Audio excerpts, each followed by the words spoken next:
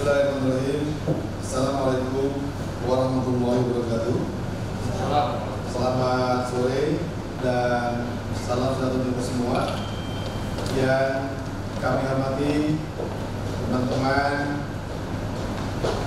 dari semua media yang alhamdulillah pada sore hari ini kita dapat melakukan telekonferensi sebagaimana arahan dari pimpinan bahwa di masa saat seperti ini harus bekerja dari rumah dan tentunya ini menjadi bagian penting kita dalam rangka melaksanakan protokol kesehatan.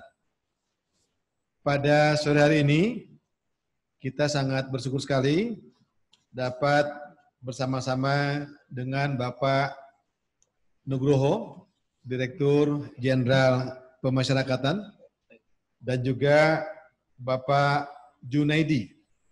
Beliau adalah Direktur Pembinaan Narapidana dan Latihan Kerja Produksi, Direktorat Jenderal Pemasyarakatan. Pada sore hari ini ada beberapa hal yang akan disampaikan langsung oleh Bapak Direktur Jenderal Pemasyarakatan terkait dengan apa yang selama ini rekan-rekan pers, teman-teman media telah mendapatkan informasi dari berbagai sumber. Kali ini informasinya mendapatkan langsung dari Bapak Direktur Jenderal Pemasyarakatan terkait dengan telah diterbitkannya Peraturan Menteri Hukum dan HAM nomor 10 tahun 2020 tentang syarat pemberian asimilasi dan hak integrasi bagi narapidana dan anak dalam rangka pencegahan dan penanggulangan penyebaran COVID-19. Yang kedua, terkait dengan telah diterbitkannya Keputusan Menteri Hukum dan HAM nomor MH-MH-19.PK01.04 tahun 2020 tentang pengeluaran dan pembebasan narapidana dan anak melalui asimilasi dan integrasi dalam rangka pencegahan dan penanggulangan penyebaran COVID-19. Serta Bapak Direktur Jenderal telah juga memberikan arahan dan petunjuk dan pedoman melalui surat edaran Direktur Jenderal Pemasyarakatan nomor PAS 49.PK.01.0404 tahun 2020 tentang bagaimana mekanisme pengeluaran narapidana anak melalui asimilasi di rumah dan integrasi melalui pembebasan bersyarat, cuti menjelang bebas, dan cuti bersyarat. Untuk itu, mari kita sama-sama mendengarkan penjelasan dari Direktur Jenderal Pemasyarakatan. Pada Bapak Nugroho, kami silakan. Terima kasih. Bismillahirrahmanirrahim. Assalamualaikum warahmatullahi wabarakatuh. Selamat sore dan salam sejahtera bagi kita semua. Yang saya hormati Pak Sesdijenpas, Pak Direktur Bina Pilat Kerpro, dan rekan-rekan media yang telah menunggu saya dengan rekan-rekan hadir di sini dalam rangka pers conference. Yang pertama mohon maaf bahwa kami agak terlambat karena memang tadi di lantai 5 kami juga rapat dengan para PIMDI, rapat ada beberapa hal yang perlu kami segera tindak lanjuti dan mengambil langkah-langkah yang penting dalam rangka pelaksanaan tugas fungsi pemasyarakatan. Yang kedua, semoga kegiatan ini memberikan manfaat bagi kita semua. Sekali lagi terima kasih. Pada kesempatannya nanti akan ada waktu untuk pertanyaan rekan-rekan semua. Rekan-rekan media yang saya hormati, bahwa beberapa rekan dari luar pemasyarakatan memang menanyakan mengenai kebijakan ini, begitu ya. Seperti yang rekan-rekan pahami bahwa kebijakan pemerintah dan desakan dari beberapa pihak memang menghendaki bahwa lapas rutan mesti dijaga, begitu, jangan sampai penyebaran virus corona COVID-19 ini kemudian semakin merajalela bahkan masuk ke lapas rutan, begitu. Di samping juga kepada warga binaan, baik itu narapidana pemuntahanan, anak, wanita, begitu ya, ke pegawai juga. Nah, untuk itu sangat potensial untuk terjadi penyebaran dan dahsyat sekali pengaruhnya. Untuk itu banyak tekanan, tuntutan, harapan daripada semua pihak untuk kita mesti mengambil langkah-langkah yang tepat, begitu ya. Beberapa hari yang lalu memang kami dengan para pimpinan Kementerian Hukum dan HAM mendiskusikan ini, yang akhirnya diterbitkanlah, begitu ya, Peraturan Menteri Hukum dan HAM nomor 10 dan Kepmen nomor 19. Rekan-rekan media yang saya hormati, memang ada kewenangan pengeluaran, ada merupakan kewenangan Pak Menteri dan ada pengeluaran yang di luar itu. Sekarang yang kita laksanakan adalah pengeluaran dengan peraturan menteri, dengan keputusan menteri ini.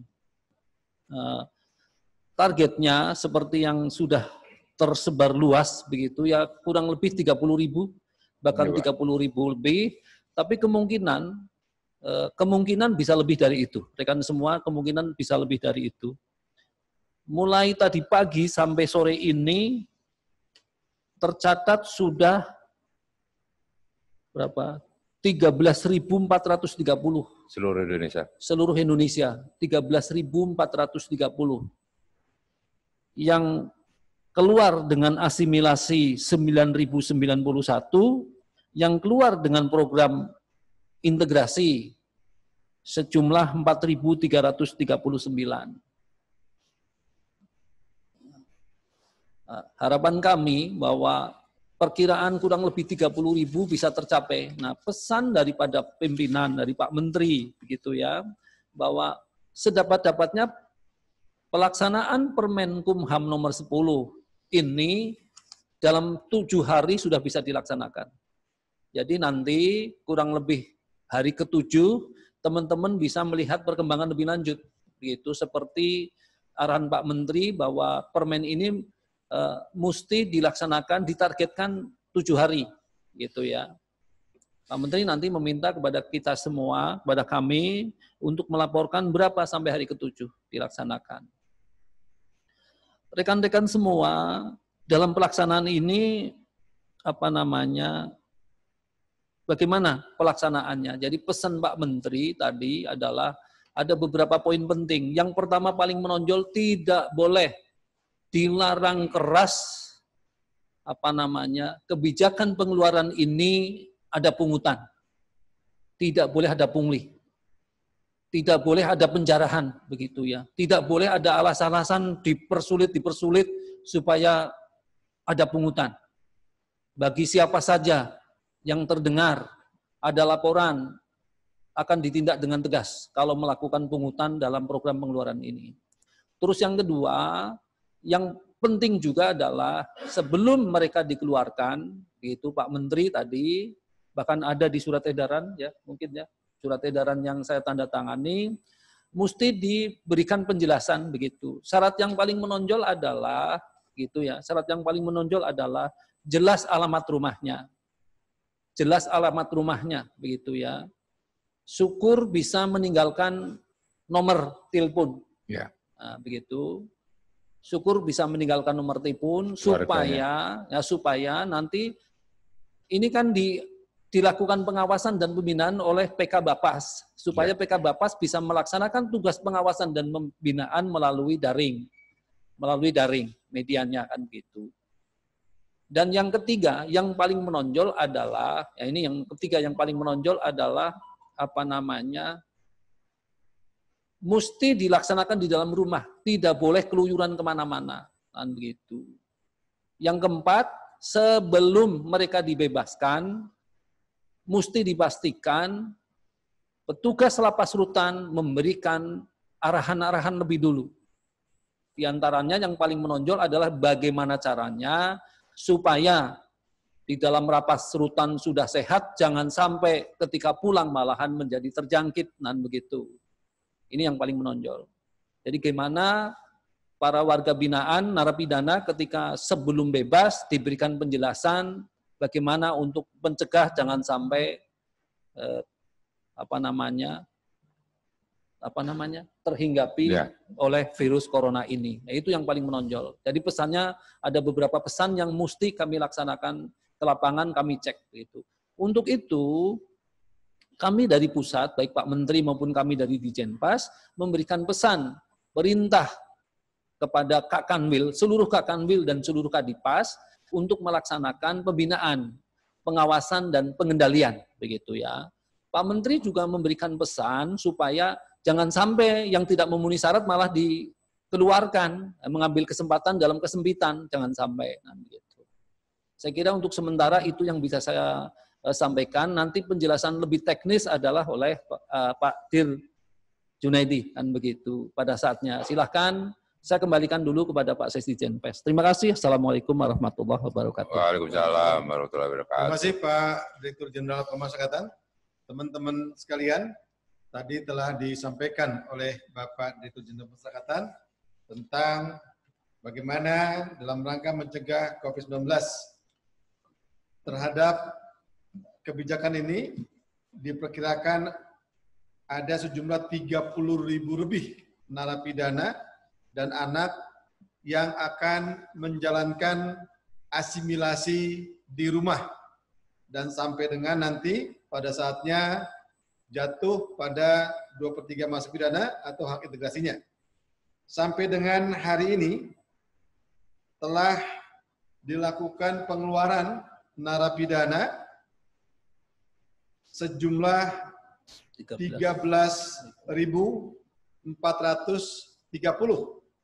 Dari 30.000 lebih itu per hari ini pada sore tadi jam 15.00 telah dikeluarkan lebih kurang 13.430 yang meliputi asimilasi 9.091 orang dan integrasi 4.339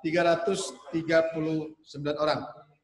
Pelaksanaan pengeluaran dan pembebasan narapidana dan anak ditargetkan paling lambat tanggal 7 April. Sehingga nanti pada tanggal 8 April atau paling cepat tanggal 7 April jam 16.00 kita sudah dapat menghitung jumlah total pengeluaran dan pembebasan narapidana dan anak, apakah kurang dari 30.000, berarti sasaran tercapai, atau melebihi. Kalau prediksi dari Bapak Dijen tadi, ini kemungkinan lebih dari 30.000 orang. Namun untuk bisa lebih pastinya, terkait dengan mekanisme syarat dan bagaimana cara pengeluaran dan pembebasannya, kita dengarkan bersama penjelasan dari Bapak Junaidi, Direktur Bina Pilakerto Ditjenpas. Kami silakan. Terima kasih Pak Ses. Assalamualaikum warahmatullahi wabarakatuh. Bapak, Ibu, Saudara sekalian dari media yang saya hormati, meneruskan saja bahwa langkah terbaik dan pilihan yang terbaik dalam rangka untuk penanggulangan penyebaran terhadap COVID-19 ini di lapas dan rutan, dilakukan percepatan pengeluaran dan pembebasan melalui asimilasi dan integrasi yang merupakan wilayah kemenangan daripada Menteri Hukum dan HAM Republik Indonesia. Diberikan kepada warga binaan yang tidak terkait. Nah, ini harus ditulis dengan jelas, disampaikan dengan jelas, tidak terkait dengan PP 99. Jadi 2/3 masa pidana dijalani sampai dengan 31 Desember 2020 pada tindak pidana yang tidak terkait dengan PP 99. Saudara sekalian, bahwa diharapkan dari warga binaan yang mendapatkan program crash, program untuk integrasi ini, pada bulan April sampai dengan Desember nanti dilakukan terlebih dahulu dengan mekanisme asimilasi bagi mereka yang sudah separuh menjalani masa pidananya dengan melaksanakan asimilasi di rumah. Apa yang di-crash atau dipersyaratkan di dalam asimilasi itu, yaitu bahwa yang bersangkutan secara baik telah menjalani masa pidananya 6 bulan, kemudian warga binaan tersebut mengikuti program pembinaan dengan baik, dibuktikan dengan laporan pelaksanaan pembinaan oleh Kalapas, kemudian mereka menyatakan tempat tinggal dan rumah dan tidak akan melakukan pelanggaran hukum lagi. Dengan syarat-syarat itu, maka yang bersangkutan diberikan dengan SK asimilasi yang ditandatangani oleh masing-masing kepala lapas dan kepala rutan. Lalu kepala lapas dan kepala rutan setelah mengeluarkan SK asimilasi secara online, mereka mengusulkan integrasi, apakah dia berupa pembebasan bersyarat, cuti menjelang bebas, atau cuti bersyarat, ke Direktur Jenderal Pemasyarakatan secara online. Dan kemudian kewajiban Direktur Jenderal Pemasyarakatan setelah menerima usulan itu menghitung 2/3 jatuh tanggal pelaksanaan integrasinya, dikeluarkan surat keputusan integrasi berupa PB, CMB, dan PB oleh Direktur Jenderal Pemasyarakatan yang surat keputusannya secara online dapat dicetak di unit pelaksana teknis yang dalam hal ini Bapas selaku pelaksana dari pembimbingan warga binaan yang menjalankan asimilasi dan integrasi. Jumlah sudah dijelaskan oleh Pak Dirjen dan Pak Ses, dan mekanisme juga sudah saya jelaskan, demikian singkat, dan kemudian nanti apabila ada hal yang perlu pendalaman, kami persilakan untuk Bapak Ibu dari media menanyakan kepada kami. Untuk selanjutnya kami serahkan kepada Pak Sesdijen Pas. Terima kasih. Assalamualaikum warahmatullahi wabarakatuh. Waalaikumsalam. Terima kasih Pak Direktur. Maka kini saatnya kami persilakan teman-teman media, bila ada yang akan ditanyakan lebih mendalam, kami silakan.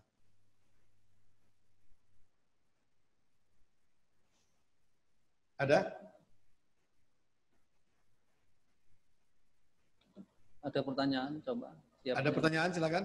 Silakan, Pak. Dari Bu Gracia. Gracia. Ada ya? Bu Gracia, coba. Bu Grace. Grace ya? Belum dengar. Gianka Pak, Trans 7. Selain dari pembebasan terkait dengan COVID ini, apa-apa saja Pak langkah-langkah yang telah dilakukan oleh Dirjen Pas, baik Kalapas maupun baik dari Rutan maupun Lapas untuk menyikapi adanya kasus wabah COVID-19 ini sendiri, Pak? Ya. Langsung ya. Terima kasih Bu Grace. Dari media apa? Coba. Bu Grace dari media apa? Gianka dari Trans 7, Pak.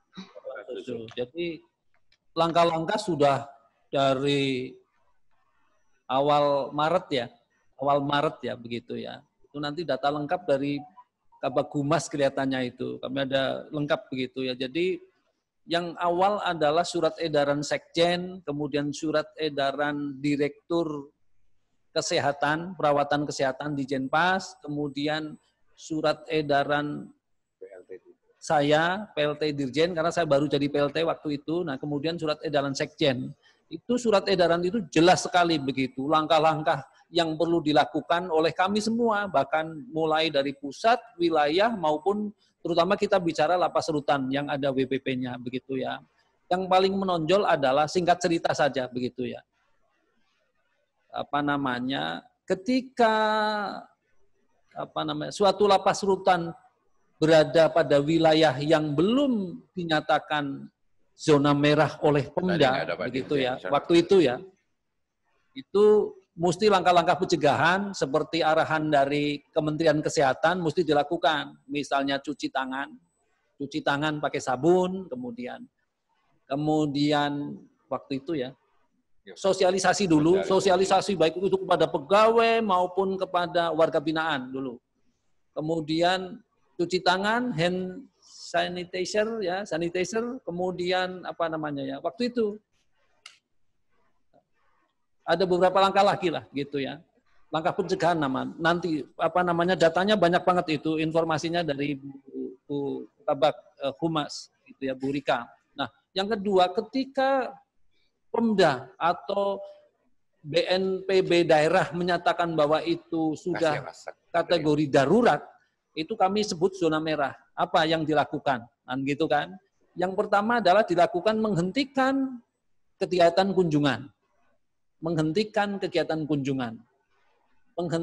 kegiatan yang mengumpulkan massa. Jadi kumpul-kumpul warga binaan tidak boleh dilakukan. Bahkan terakhir tidak boleh bahkan berkumpul untuk pelatihan rehabilitasi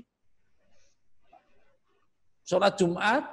Ketika MUI memang memfatwakan tidak boleh sholat Jumat di masjid, gereja juga tidak boleh kebaktian. Pokoknya yang bersama-sama berdekat-dekatan tidak boleh dilakukan. Nah, tapi itu wajib diikuti karena ada penghentian kunjungan, mesti dilakukan upaya-upaya supaya komunikasi antara warga binaan dengan keluarganya tidak putus, maka dilakukan dengan kunjungan by call gitu. Jadi komunikasi tetap by video call begitu ya. Bagi mereka yang HP-nya punya keluarga yang HP-nya tidak bisa dengan video call, disiapkan wartel suspas. Jadi pakai telepon saja begitu ya, telepon supaya tetap tetap terjaga komunikasinya. Nah, beberapa waktu kemudian 1-2 hari sesudah pemberlakuan itu, kemudian Pak Menteri berkenan menyurati Mahkamah Agung, Ketua Mahkamah Agung, Kajagung, kemudian Kapolri. Meminta ada 2 poin yang paling menonjol yaitu. Jadi meminta supaya tidak ada bond untuk sidang. Tidak ada bond untuk sidang. Dan kepada Kejaksaan dan kepada Kajagung dan Kapolri supaya tidak ada mengirim tahanan lagi. Nah, dengan kurang lebih surat itu malah sudah seminggu yang lalu ya begitu. Langsung ditanggapi oleh Ketua Mahkamah Agung, oleh Kajagung dan Kapolri. Itu yang pertama adalah sidang dilakukan by telekonferensi. Jadi tahanan tetap ada di lapas rutan, petugas kejaksaan sebagian ada di situ, pengacara hadir di situ, saksi terpaksa dihadirkan di situ, pengacara hadir di situ, saksi mungkin di tempat sidang by telekonferensi.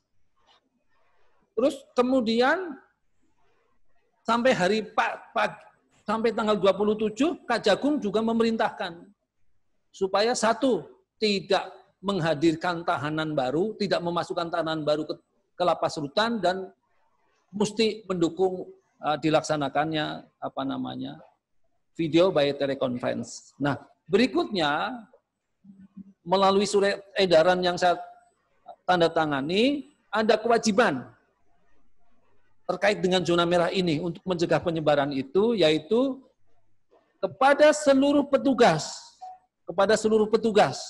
sebelum masuk lapas, sebelum masuk rutan, mesti di situ disiapkan kayak wastafel yang ada air mengalir, mesti ada sabunnya. Nah, sesudah mencuci pakai sabun dengan cara yang benar, sebelum masuk lapas rutan, sedapat-dapatnya masuk yang disebut bilik desinfektan.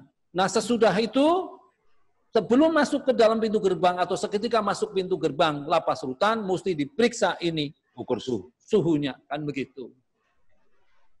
Nah, siapa yang melaksanakan itu? Setiap lapas rutan wajib membentuk gugus tugas kewaspadaan virus corona ini. Nah, bahkan tadi ditanyakan oleh anggota DPR, gimana menjaga supaya tidak terjangkit itu. Gugus tugas di mana di situ ada unsur medisnya, dengan begitu seriusnya untuk mencegah jangan sampai terjadi PDP. ODP saja harus sudah diperiksakan ke rumah sakit, kan begitu. Sementara itu Bu Grace ya, begitu ya. Baik, terima kasih. Ada yang ingin juga kami sampaikan sedikit. Sebagaimana yang tadi dijelaskan oleh Bapak Direktur Jenderal Pemasyarakatan, setidaknya langkah-langkah yang telah dilakukan oleh Direktorat Jenderal Pemasyarakatan dan seluruh satuan kerja unit pelaksana teknis pemasyarakatan. Yang pertama, melaksanakan surat edaran baik dari Bapak Sekretaris Jenderal, Bapak PLT Dirjen, dan juga Direktur Perawatan Kesehatan selaku Ketua Satgas Penanggulangan COVID-19 Dirjen Pemasyarakatan.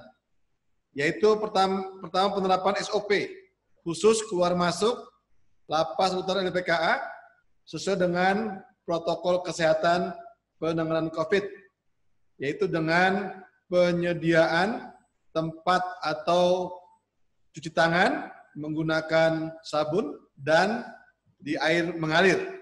Hampir semua UPT melaksanakan ini. Kedua, menyiapkan hand sanitizer. Sudah lakukan juga. Dan yang ketiga, membuat bilik sterilisasi, ya, dan pengecekan suhu tubuh. Yang kedua, melakukan penyemprotan disinfektan di seluruh lapas, rutan, dan LPKA. Nah, ini bekerja sama dan dukungan dari PMI. Yang ketiga, pembatasan kunjungan langsung narapidana, tahanan, dan anak, menggantinya dengan kunjungan melalui video conference atau video call atau melalui wartel suspas yang tadi dijelaskan oleh Bapak Dirjen. Yang keempat, pembatasan kegiatan pembinaan yang melibatkan stakeholder atau mitra atau kelompok peduli pemasyarakatan dari luar lapas, rutan, dan LPKA. Yang kelima, mengurangi intensitas kehadiran petugas melalui work from home atau WFH. Yang keenam, pemberian multivitamin dosis tinggi dan ekstra puding untuk menambah daya tahan tubuh, baik untuk petugas, untuk narapidana, untuk tahanan, dan anak. Yang berikutnya adalah yang ketujuh, penyiapan blok isolasi mandiri, baik di lapas maupun di rutan, yang telah ditetapkan di masing-masing wilayah. Dan hal ini sudah berjalan dengan baik, ditujukan untuk menempatkan warga binaan yang terindikasi baik ODP maupun PDP. Yang kedelapan, penghentian sementara penerimaan tahanan baru. Ini hasil koordinasi Bapak Menteri Hukum dan HAM dengan Bapak Kapolri dan juga dengan Bapak Jaksa Agung. Sebagaimana yang tadi disampaikan oleh Bapak PLT Dirjen. Yang kesembilan, pengalihan pelaksanaan persidangan melalui video conference atau sidang jarak jauh.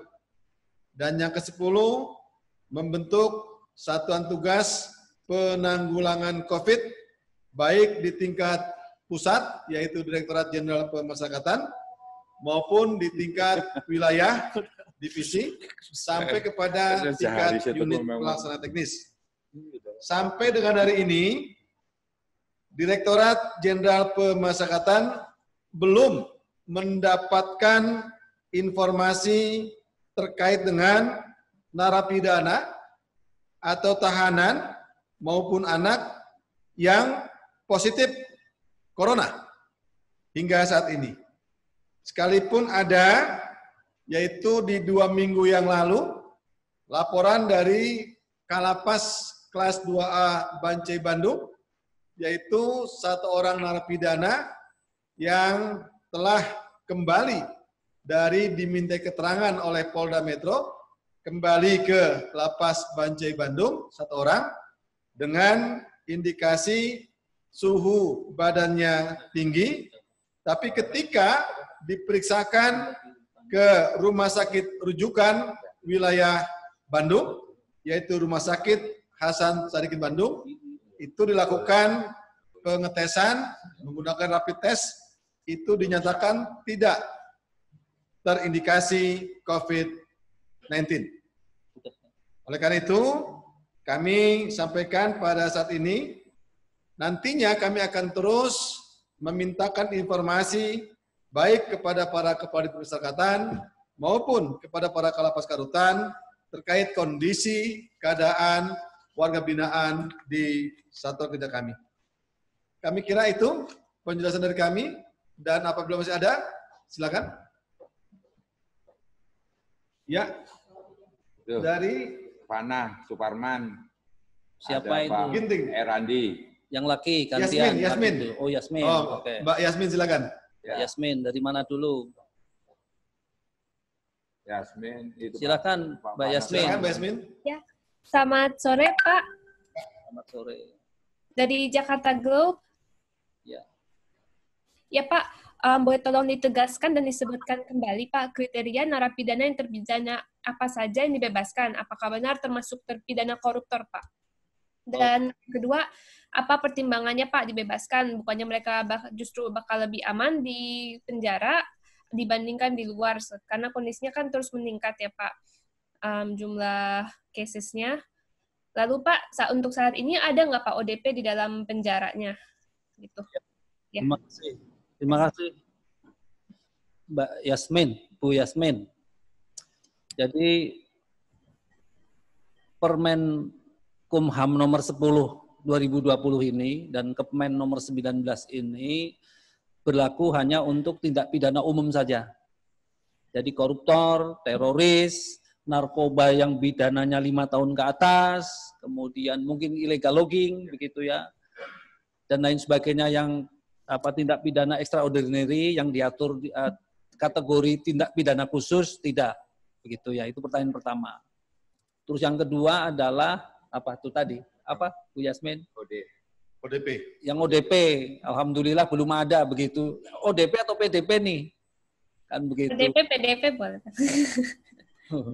Kalau orang yang batuk, panas, batuk, demam begitu ya segera diisolasi dulu kan begitu. Tindakannya seperti itu. Yang ketiga apa pertanyaannya, Mbak Yasmin? Pertimbangannya Pak, bukannya justru mereka lebih aman di penjara dibanding di luar? Ya begitu. Begini, semua samalah begitu ya. Ini ada 8 negara. Kita lihat di 8 negara. Iran membebaskan 85.000.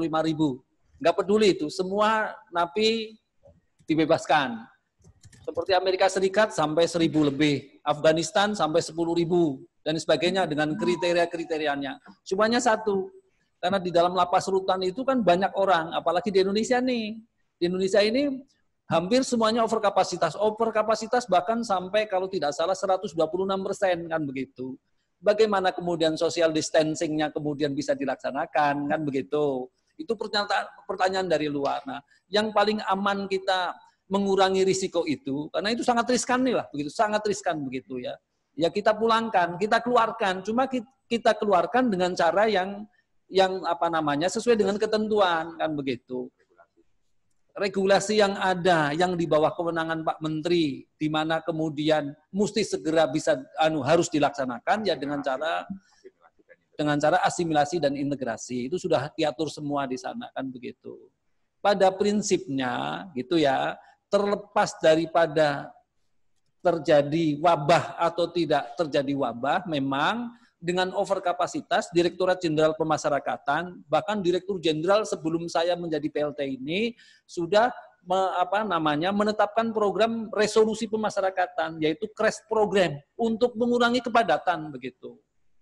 Saya kira begitu ya, Bu Yasmin ya. Gitu baik, ya. Terima kasih. Kami lanjutkan dengan Stevi Ginting. Silakan, Stevi. Pak Fana Suparman juga. Stevi Ginting, silakan. Langsung 2 lagi.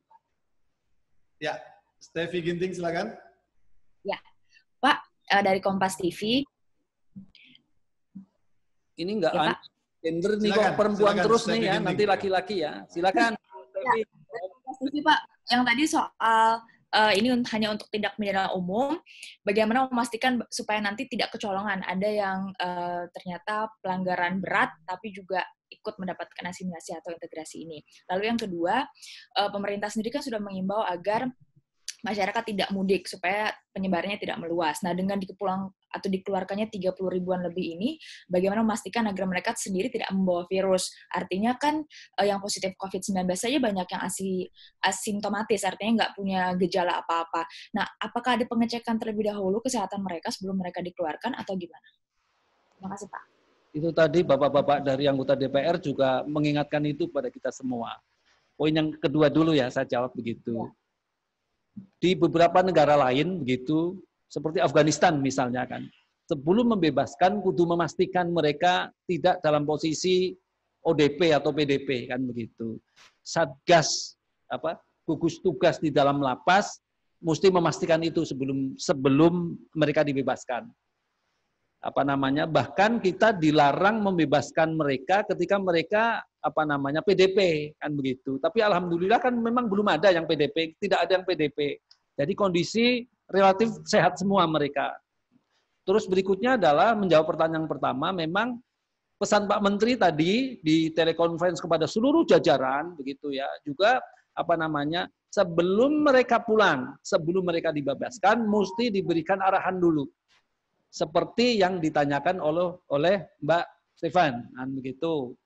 Nah, berikutnya adalah apa tadi pertanyaannya? Yang ini yang Keterangan, Pak.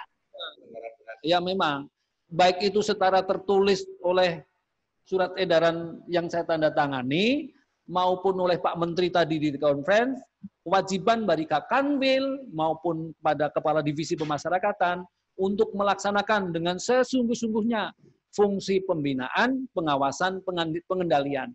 Kalau terjadi penyimpangan-penyimpangan, pokoknya Pak Menteri berjanji akan diberi sanksi yang berat. Sangat berat, itu namanya pelanggaran kemanusiaan. Baik, terima kasih Pak Dirjen dan Mbak Steffi. Selanjutnya Mas Fana Suparman. Yang laki-laki nanti saya dilempar batu itu sama yang laki-laki. Suparman silakan. Bentar. Ya, selamat sore Pak. Saya Fana dari Suara Pembaruan.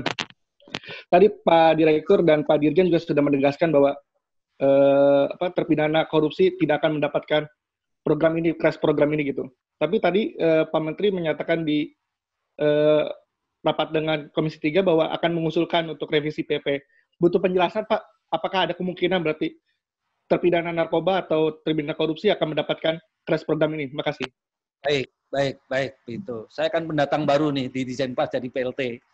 Sebelum saya masuk di PLT, saya melihat begitu bahwa lapas rutan ini sebelumnya sebagai latar belakang nih sangat over kapasitas dan sebagian besar justru dari narkoba. Nah, sekalian ada kekhawatiran penyebaran yang begitu meluas, gitu ya. Di samping untuk mengurangi over kapasitas, di sisi lain juga risiko penyebaran ini. Makanya mulai dipertimbangkan yang di luar tindak pidana umum bagaimana nih, kan begitu. Penjelasan Pak Menteri kepada anggota DPR tadi, kalau toh untuk narkoba yang pidananya 10 tahun ke bawah. Tipidumnya ini kan yang narkoba termasuk tindak pidana umum ya begitu, yang tidak terkena PP 99 itu kan yang di bawah 5 tahun. Jadi ini akan mengatur yang 5 tahun sampai 10 tahun. Ini poin pertama nih, kan begitu ya. Masih mempertimbangkan nih lagi bagaimana nih caranya. Terus kemudian seperti pesan daripada beliau-beliau anggota DPR, bagaimana dengan mereka kelompok rentan. Ada ibu-ibu yang punya bayi, menyusui, hamil. Bagaimana yang sangat rentan adalah lansia. Nah, 60 tahun ke atas bagaimana? Terus bagaimana yang sakit kronis atau sakit bawaan yang kemudian lewat saja corona langsung bisa kesamber itu. Nah, itu. Terus yang difabel atau disabilitas. Nah, pengertian Pak Sesdijenpas adalah yang sepanjang hari itu narapidana memang membutuhkan bantuan dari petugas 24 jam setiap hari. Nah, itu lagi dipikirkan untuk sedang dipertimbangkan ini, kan begitu. Sedang dipertimbangkan begitu ya. Dan apa namanya tadi penyampaian Pak Menteri memang coba akan disampaikan di ratas nanti. Kalau memang dari apa namanya anggota DPR seperti itu arahannya dari ratas itu baru kita kemudian tindak lanjuti. Saya kira demikian, terima Pak. kasih Pak Dirjen. Selanjutnya Saudara Erandi Saputra. Silakan Mas Saputra. Erandi Saputra. Iya. Pak, mau tanya, kalau tadi disebutkan masih dipertimbangkan, nah ini kan salah satunya dengan revisi PP. Yang saya mau tanya, kenapa harus dengan revisi PP, Pak? Karena kan kalau revisi PP nantinya akan berlaku terus, secara terus, meskipun pandemi corona ini sudah tidak ada. Nah, kalau misalkan dengan gerasi atau amnesti saja itu apakah nggak bisa, Pak? Di luar, tidak dengan revisi PP. Lalu, kedua, kalau PP yang direvisi di bagian mana aja, Pak? Apakah mengenai syarat JC yang dihapus kalau itu napi korupsi? Nah, itu mohon dijelaskan, Pak. Makasih. Ya, tentu untuk JC tetap bertahan, begitu kan. Hanya bagaimana seperti apa, kan begitu ya. Begini, pilihan apakah dengan PP baru, amnesti, atau gerasi, atau kepres, ya ini salah satu diantaranya bahan diskusi nanti bagaimana menindaklanjutinya. Pasti semuanya itu tidak mungkin dilaksanakan dengan permen atau kepmen. Itu yang penting, begitu ya. Saya kira itu ya, gitu ya. Pak Evandi Saputra. Terima kasih. Kami lanjutkan dengan yang terakhir, yaitu Mbak Airin Oktavianti Kusuma Wardani. Silakan, Mbak Airin Oktavianti Kusuma Wardani. Mbak Airin?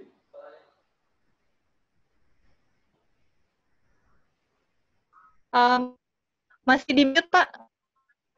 Silakan, Mbak Airin. Ya, Pak, saya Irin Pak dari CNN TV. Mau nanya, Pak, ini jumlah targetnya 30.000 yang akan dibebaskan melalui proses asimilasi ini ya. Sedangkan menurut ICGR, kapasitas lapas dan rutan itu over capacity 105%. Kalau 30.000 ini berarti hanya 10-11%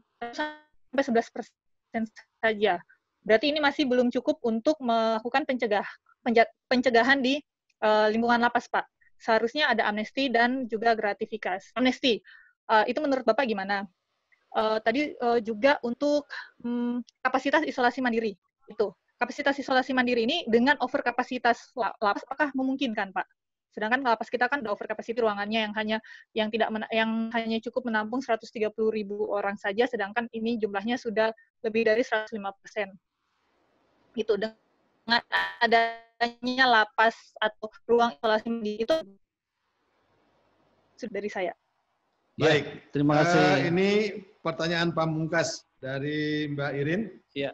Makasih. Dan sebelum Pak PLT menyampaikan, kami sedikit menambahkan sedikit Mbak Irin, terkait dengan penyiapan blok isolasi mandiri, ini tersebar di seluruh Indonesia, di wilayah. Iya. Di wilayah ini tersebar. Jadi bukan hanya ada di satu lapas, ya. Ada di seluruh provinsi juga menyiapkan blok isolasi mandiri. Silakan Pak PLT. Iya. Ini pertanyaan terakhir nih bagus nih mengenai isolasi mandiri supaya paham rekan-rekan semua. Jadi kita memahami bahwa wabah ini betul-betul menjelajah ke seluruh pelosok negeri ini kan begitu. Sesuai dengan protap, kalau ada kebutuhan pelayanan kesehatan, rujukan begitu ya, kan kita ke rumah sakit rujukan, Bu Irine. Jadi kami membayangkan bahwa pada saat mereka status ODP, teman-teman, warga binaan, mesti kita taruh di mana? Kalau masih di lapas yang bersangkutan kan berbahaya. Untuk itu disiapkan. Nah, disiapkan lapas atau rutan yang ditunjuk oleh Kakanwil untuk sambil menunggu bisa masuk ke rumah sakit rujukan, ditaruh dulu di lapas itu. Jadi lapas itu tidak berfungsi sebagai rumah sakit, kan begitu.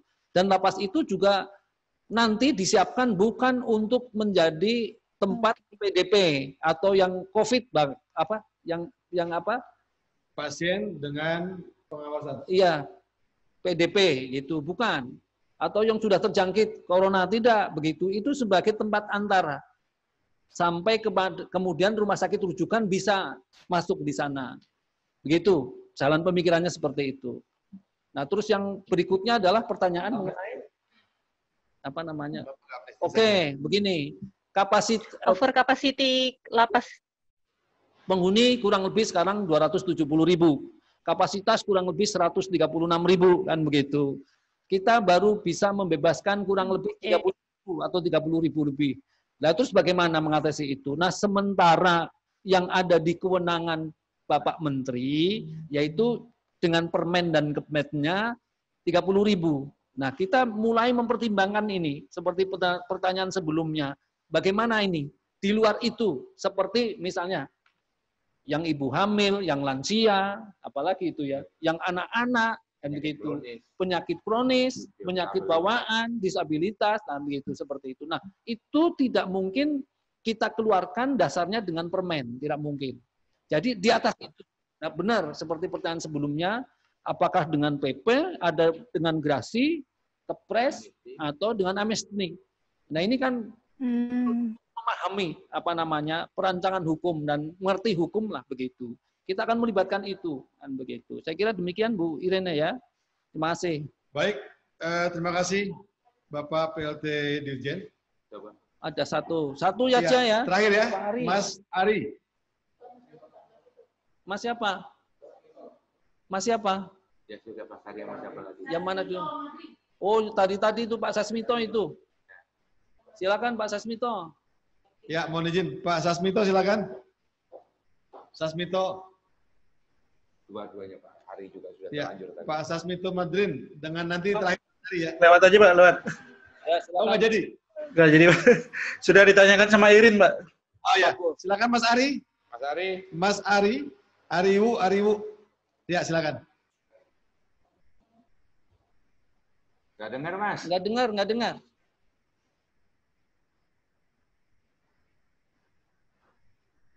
Kok nggak dengar ya? Apanya? Ini Speakernya Mas Ari. suaranya belum kami dengar di Pak Ari di ini pecet. Nggak kedengar Pak Ari. Coba itu dilepas saja ininya. Ini dilepas. Nah, coba. Bisa nggak coba Pak Ari?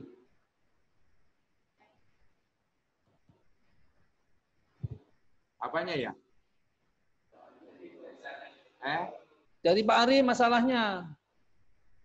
Halo, nggak dengar. Audio di sana belum dibuka, Mas.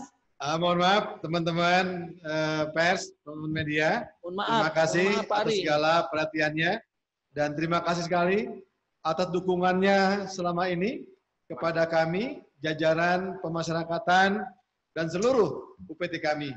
Dan kami mohon dukungan dan doa. Semoga lapas, rutan, dan LPK kita dapat terhindar dari musibah ini. Dan kami juga mendoakan semoga teman-teman media juga senantiasa dalam lindungan Tuhan Yang Maha Kuasa. Akhir kata kami ucapkan terima kasih. Assalamualaikum warahmatullahi wabarakatuh.